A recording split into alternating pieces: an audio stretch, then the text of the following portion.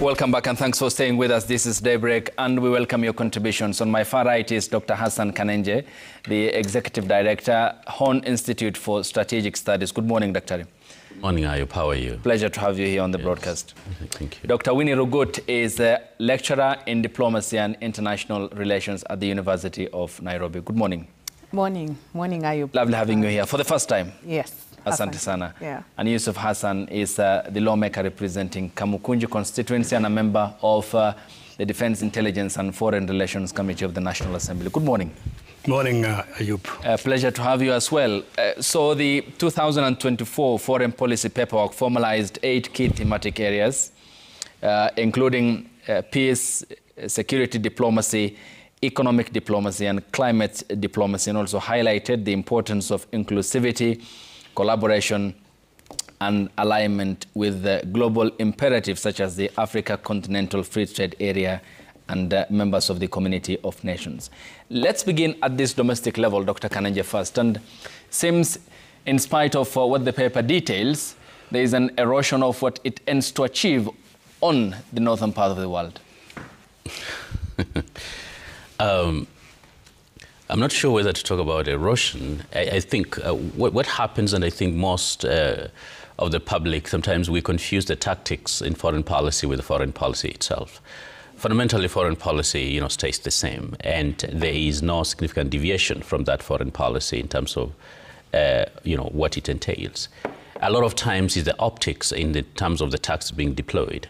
And so the question is, are the tactics, of course, sufficient in achieving the national interest that foreign policy aims to meet? And I think Kenya being a robustly democratic country, which can be loud and sometimes chaotic, there are going to be different views on actually how we should go about it. But I think ultimately what we may also need is to have a public discourse with regard to how best should we go about certain things, especially in a changing world that's increasingly unpredictable. Few leaders could have predicted that the world would be looking like this 10 years ago or even 5 years ago. It's extremely different. And so how do we adapt in terms of our tactics with the unpredictable nature of the international relations, both globally as well as regionally? Because truth be told, Kenya is at a very different place, regionally as well as internationally. It is still an anchor state by all standards of measure within the region. Is still a gateway and is still perceived as such by both emerging as well as great powers. It's very important on the continent. However, I think there is a lot more that's expected of Kenya that sometimes we do appreciate or we actually even try to accomplish. And because of those expectations, there is a sense that we're not sometimes doing enough, both by the, some of our partners as well as, the citizens, that perhaps we should do better. Now, there's been changes in the East and in the West that, of course, has affected the way Kenya pursues its foreign policy. Some people can call it flip-flopping, but in terms of foreign policy analysis, you have to call it, a little bit of realism. Yeah. Because when you hit a dead end at a certain place, you don't stay there. You may want to diversify yourself. And some of us are firm believers that we should never tie ourselves to one particular grouping or one particular part of the world. We should always try to hedge our bets and ensure that we are able to relate to everybody in a way that's going to be sufficient. Because the challenge of tying yourself too much to one part or one grouping is you exclude yourself almost completely from, to the other, especially at a time when both the world economy is changing. I think it can be suicidal.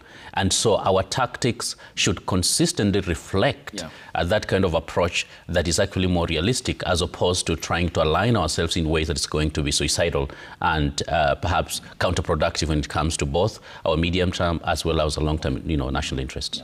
And Dr. Winnie, beginning here in the region, before we go, Dr. Kanenje touched on how the evolution is happening and the emergence of the new world order. Regionally, though, how have our engagements been critical in the sense that We had deployed boots in the Democratic Republic of Congo in 2022, towards then in October thereabout.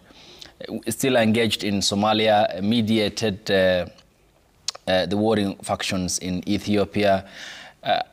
How then regionally is our performance given the 8 key thematic areas that were pointed out in the foreign policy paperwork? Yeah, so thank you, Ayub. First of all, just back to the question of shifting geopolitical order.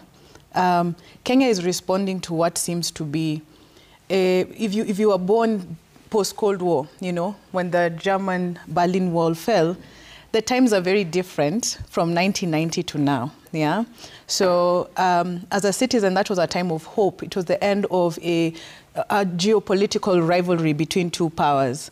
It was also a very optimistic time, post-1990 there, and the end of the Cold War, a time where you have new institutions being formed, a time where liberal democracy was now, you know, really taking root in the world.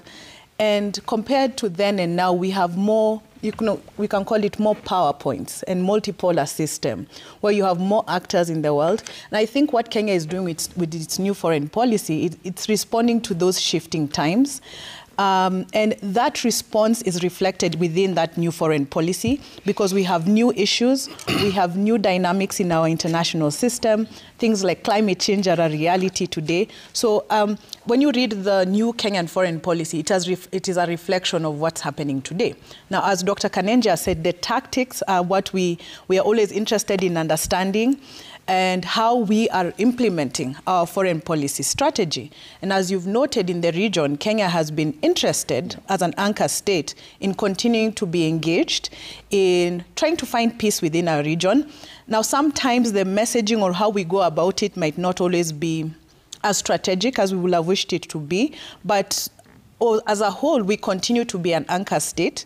I just want to rope back some very interesting statements that were given by the president of Finland, who was here a few weeks ago, and he talked about how Kenya continues to be what he called a swing state as we continue to see shifting geopolitical times. It continues to be this state that will be relevant in determining the direction our region will be taking. So I'm very interested in seeing and even discussing further some of those opportunities we are making and the headway we are making, and also maybe the misses we are making as we go forth with our foreign policy implementation. Yeah, and Honorable Hassan, is foreign affairs equipped for the changing realities regionally and internationally? Well, I think it does to a certain extent, but what are the changing realities, I must say, because we are a regional power in the regional configuration, but we're not what some other people might perceive us to be. We're not big at the continental and global level. And I think there's a lot of misperception. People think that we should be playing big in that league that we don't belong. But we do very well at our level. And we are the dominant force in the East African and the Horn of African region. And we have played a very important part. But there's a lot of armchair critics who feel that Kenya is necessarily not doing well. For example, when you take the example of the DRC and so on.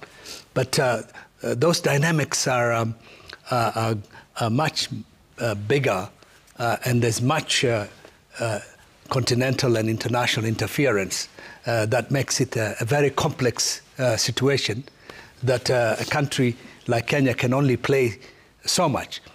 But our foreign ministry is very, very active. It's very agile. It has taken on board new ideas in terms of looking at how Kenya can benefit in the changing global landscape, in the changing continental and regional landscape. But we are surrounded by kind of conflict-prone countries. We are an island of stability in a very rough neighborhood. And juggling that and trying to make sense of that is not an easy job. Because if you look at all the conflicts that we are facing in the region, Somalia, it is international in its dynamics, in dimensions, international. Sudan, of which Dr.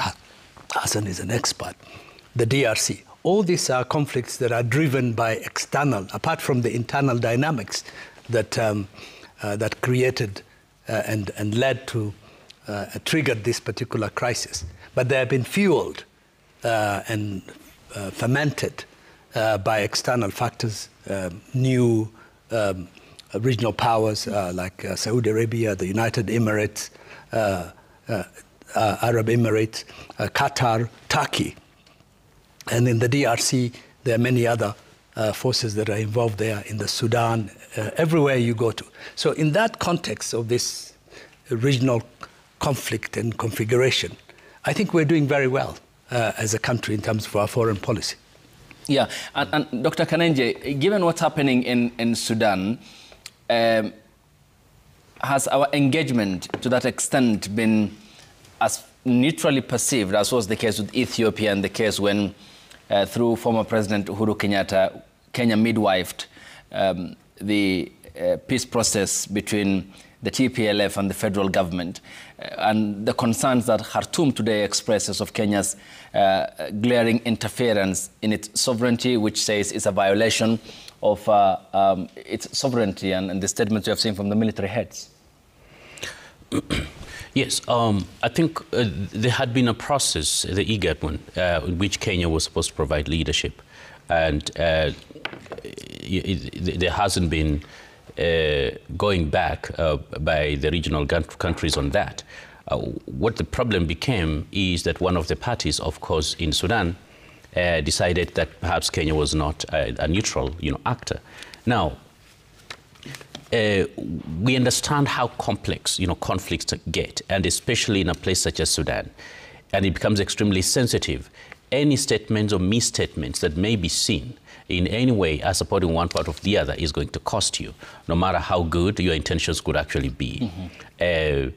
You remember the hula baloo that arose as a result of hosting the RSF, mini conference, kind of, in terms of announcing a parallel government, which was supposed to be a lot more inclusive. Of course, that also caused issues. Now, Kenya's engagement in such way, it is in line with actually its peace diplomacy pillar. The trouble is, when you're a peacemaker, you're always going to face lots of challenges. Mm-hmm. Even Jimmy Carter, one of the most respected peacemakers, sometimes he faced headwinds with regard to how he was perceived intervening some of the conflict. And yet, for instance, when it comes even to the current peace that Egypt enjoys today with Israel, he was the key deal maker in Camp David, way back in the late 70s. But subsequently, he was seen, especially by the Israeli government, to be a lot more biased, towards the other group. And so a lot of it has to do with the optics of it and the interpretation of some of the conflictants, and especially the Sudanese armed forces, who have been adamant that perhaps Nairobi is not exactly an honest mediator. They may not consistently be able to provide proof of a kind of solid engagement of Nairobi in a way that is partisan, but of course any actions that may be seen or interpreted, as such, is always going to affect a country as a mediator. Remember, in peacemaking, that perception is everything, you see.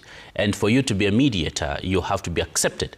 And the challenge is there's actually no alternative to the regional kind of arrangement that can be backed by both continent as well as international. Mm-hmm.